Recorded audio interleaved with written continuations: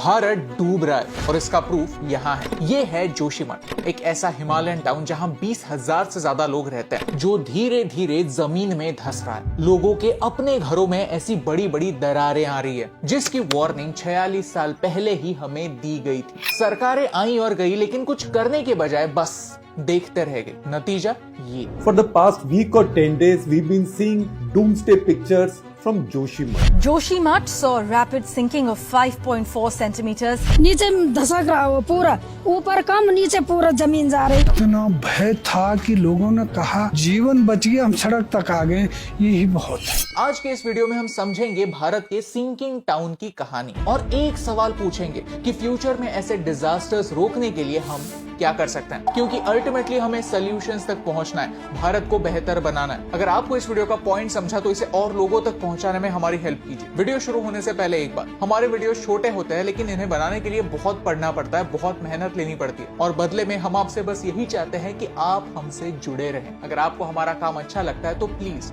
वो follow button press करना ना भूलिए। चैप्टर 1 एग्जैक्टली हो क्या रहा है। ये है जोशीमठ, जो उत्तराखंड के चमोली डिस्ट्रिक्ट में 1875 मीटर्स की हाइट पे बसा एक टाउन या छोटा शहर है। जोशीमठ को ज्योतिर्मठ भी कहते हैं। ये जगह स्पेशल इसलिए है क्योंकि यहाँ लोग बद्रीनाथ के दर्शन के लिए आते हैं। उत्तराखंड देवभूमि के नाम से जाना जाता है और 4 धाम यात्रा में ये जगह एक इम्पोर्टेंट स्टेशन बन जाती है। मिलिट्री पॉइंट ऑफ व्यू से भी ये जगह काफी इंपॉर्टेंट है, क्योंकि यहाँ से कुछ ही किलोमीटर दूर भारत चाइना की डिस्प्यूटेड बॉर्डर LAC यानी लाइन ऑफ एक्चुअल कंट्रोल। यहाँ 20 मिलिट्री कैंप्स और इंस्टॉलेशंस है। इन शॉर्ट ये जगह टूरिज्म, रिलीजन और मिलिट्री तीनों के लिए इंपॉर्टेंट है। चैप्टर 2 कहानी शुरू कहां से होती है। बात है 2021 की, जब इस एरिया में हेवी फ्लड्स और रेनफॉल हुआ था, जिसके बाद धीरे धीरे वहां के घरों में ऐसे क्रैक्स डेवलप होने लगे। सरकार ने एक सर्वे किया और कई बिल्डिंग्स को अनसेफ डिक्लेयर कर दिया। आप सोच रहे होंगे कि इसके बाद कंस्ट्रक्शन रुक गया होगा। Then my friend, you are wrong. 5 जनवरी 2023 तक कंस्ट्रक्शन जारी रहा और कई इन्वायरमेंटल एक्सपर्ट्स मानते हैं कि इससे सिचुएशन बद से बदतर बन गई। 2020 से 2022 तक सिर्फ 2 सालों में ये पूरा एरिया 2.5 इंच धंस गया, यानी कुछ इतना। इस फिनोमेना को लैंड सब्सिडेंस कहते हैं। ये सुनने में तो ठीक ही लगता है, व्हाट्स द बिग डील। समझने के लिए हमें भारत से दूर एक फॉरेन टूर पर जाना होगा। ये है जकार्ता, इंडोनेशिया की कैपिटल, जिसका एक और नाम है द सिंकिंग सिटी। यहाँ 3 करोड़ लोग रहते हैं। यहाँ से 13 नदियां बहती है और हर मॉनसून में बाढ़ आती है। सबसे डेंजरस बात यह है कि आने वाले 80 सालों में ये पूरा का पूरा शहर डूबने वाला है। जकार्ता है एक कोस्टल सिटी और जोशीमठ है एक माउंटेन टाउन, लेकिन इन दोनों में एक बात कॉमन है और वो है लैंड, जिस पर ये दोनों जगहें बसी हैं। हुआ ये था कि सदियों पहले यहाँ पर लैंडस्लाइड्स हुई थी और ऐसे ही लैंडस्लाइड वाले एरिया में ये टाउन बसा है। आसान भाषा में समझा जाए तो ये एरिया डेवलपमेंट के लिए बिल्कुल ठीक नहीं था, क्योंकि ये लूज सैंड और रॉक से बना है। हिमालय दुनिया के यंगेस्ट माउंटेन्स है, जिनकी हाइट हर साल बढ़ती है। ये इंडियन प्लेट हर साल 2 इंच यूरेशियन प्लेट की ओर बढ़ती है और हिमालय पर्वतों को और पुश करती है। इसकी वजह से हिमालयों में भूकंप आते हैं और इस एरिया को और ज्यादा अनस्टेबल बनाते हैं। ऐसे सिचुएशन में यहाँ पर आबादी जितनी बढ़ेगी, उतने ही डिजास्टर्स के चांसेस बढ़ेंगे। चैप्टर 3 सच को छुपाया क्यों जा रहा है। अब मुद्दे की बात करते हैं। बात सिर्फ जोशीमठ की नहीं है, उत्तराखंड के 395 विलेजेस की। ये सारे विलेजेस डिजास्टर प्रोन एरिया में आते हैं। यहाँ पर कोई भी प्रोजेक्ट, कोई भी डेवलपमेंट होते हुए एक्स्ट्रा केयरफुल रहने की जरूरत होती है। इसकी वार्निंग हमें आज या कल नहीं, 46 इयर्स अगो 1976 में ही दी गई थी। मिश्रा कमेटी रिपोर्ट साफ साफ ये कहता है कि ये सारा डेवलपमेंट जिस एरिया में हो रहा है वो रॉक स्टेबल नहीं है। अर्थक्वेक्स की वजह से, फ्लडिंग और वाटर पर्कोलेशन की वजह से ये रॉक्स हिल रहे हैं। इस रिपोर्ट में वार्न किया गया था कि heavy construction, excessive tree cutting और स्लोप्स पर खेती की वजह से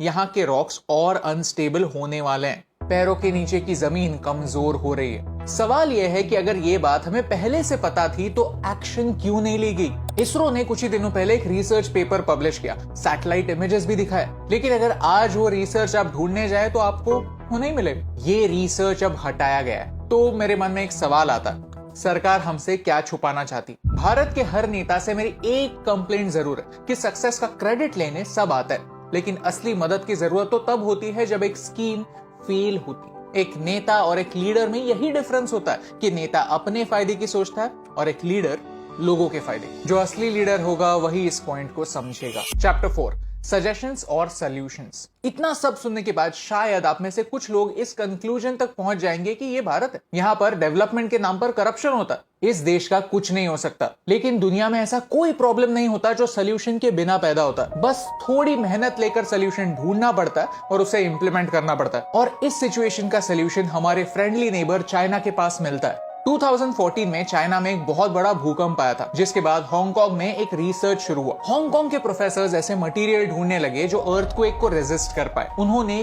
क्ले का इस्तेमाल करके घर बनाना स्टार्ट किया। जहां भूकंप आते हैं वहां ऐसे ब्रिक्स के बजाय ऐसे हॉलो ब्रिक्स यूज किए। डिजास्टर से लड़ने के लिए बैम्बू एक एक्सीलेंट बिल्डिंग मटेरियल है, क्योंकि बैम्बू लाइट होता है। आपने सुना होगा कि भूकंप या फिर फ्लड्स में लोगों के घर धंस जाते हैं और उस मलबे के अंदर फंस कर लोगों की जान जाती है। लेकिन बैम्बू लाइट होता है, तो उससे जो इंफ्रास्ट्रक्चर बनेगा वो भी लाइट होगा, यानी कुछ हद तक मोर्टालिटी रेट कम हो सकता है। जापान में भी बार बार सुनामीज आती रहती है, लेकिन इसका मतलब ये नहीं कि उन्होंने डेवलपमेंट रोक दी। उन्होंने नेचुरल डिजास्टर्स के साथ जीना सीखा, अडेप्ट करना सीखा और मोस्ट इंपॉर्टेंटली नेचर को रिस्पेक्ट करना सीखा। जिस टाइप का कंस्ट्रक्शन शहरों में काम आता है, वैसा ही टाइप का कंस्ट्रक्शन यहाँ पर नहीं हो सकता। ये उन्होंने समझा, क्योंकि सबसे बड़ा प्रॉब्लम है अनकंट्रोल्ड डेवलपमेंट, जो एक कैंसर की तरह भारत को बर्बाद कर रहा है। जो हो रहा है होने दो, जैसा चल रहा है चलने दो, सारी वार्निंग्स को इग्नोर करो और कुछ होने के बाद अफेक्टेड फैमिलीज को थोड़े से पैसे देकर चुप करो। ये ट्रेंड बदलना पड़ेगा। कई एक्सपर्ट्स ने अपने ओपिनियंस रखे हैं कि भारत को डिजास्टर रेजिस्टेंट इंफ्रास्ट्रक्चर की जरूरत है। Chapter 5 conclusion. सी, जब भी कॉन्फ्लिक्ट एनवायरनमेंट और डेवलपमेंट के बीच होता है तो एक ग्रे एरिया फॉर्म हो जाता है और उसे बहुत सेंसिटिवली अप्रोच करने की जरूरत होती है, क्योंकि जरा सा भी बैलेंस बिगड़ा तो उसका डायरेक्ट इंपैक्ट लोगों पर होता है। लेकिन कोई भी प्रॉब्लम सॉल्व करने से पहले ये एक्सेप्ट करना पड़ेगा कि प्रॉब्लम है, मिस्टेक हुई है। ये एक इकोलॉजिकली सेंसिटिव जोन है। यहाँ फोकस बड़े प्रोजेक्ट्स लाकर फास्ट डेवलपमेंट करने का नहीं, बल्कि छोटे छोटे प्रोजेक्ट्स के साथ सस्टेनेबल डेवलपमेंट का होना चाहिए। मिश्रा कमिटी ने ऑलमोस्ट 50 साल पहले हमें 8 पॉइंटर्स दिए थे, जिसके थ्रू हम सस्टेनेबल डेवलपमेंट कर सकते हैं। इस वीडियो की शुरुआत में मैंने आपसे कहा था कि भारत डूब रहा है, और ये एग्जैजरेशन नहीं, ये सच। ग्लोबल क्लाइमेट रिस्क इंडेक्स कहती है कि भारत दुनिया की 5th मोस्ट वल्नरेबल कंट्री है। क्लाइमेट चेंज का हम पर बहुत बड़ा इंपैक्ट होने वाला है। जैसे जैसे वाटर लेवल्स बढ़ेंगे, मुंबई, कोची, मैंगलोर, चेन्नई, विशाखापट्टनम जैसे शहर धीरे धीरे डूब जाएंगे। और ये बात आने वाले 500 सालों में नहीं, आने वाले 50 सालों में होने वाली। यू सी, हमें स्कूल में EVS यानी इन्वायरमेंटल स्टडीज ये सब्जेक्ट ऑप्शनल होता था। सवाल यह है कि क्या सरकार भी इस सब्जेक्ट को ऑप्शनल छोड़ती है? क्यों डेवलपमेंट के नाम पर हमारी धरती को अब्यूज करती है? आज पाकिस्तान की पूरी इकोनॉमी एक फ्लड की वजह से कोलैप्स होने के कगार पर। अगर हम भारत को बचाना चाहते हैं तो इसे एज अ वार्निंग साइन लेना ही होगा और तुरंत सही कदम उठाना होगा। अगर आपको इस वीडियो से वैल्यू मिली, इशू समझने में मदद हुई, तो इसे अपने दोस्तों के साथ शेयर कीजिए, क्योंकि देश डूब रहा है और इस डूबते हुए देश को एक तिनके का सहारा है, आपका सहारा, और यही इंपॉर्टेंट रिमाइंडर आप तक पहुंचाने से मुझे फर्क पड़ता है।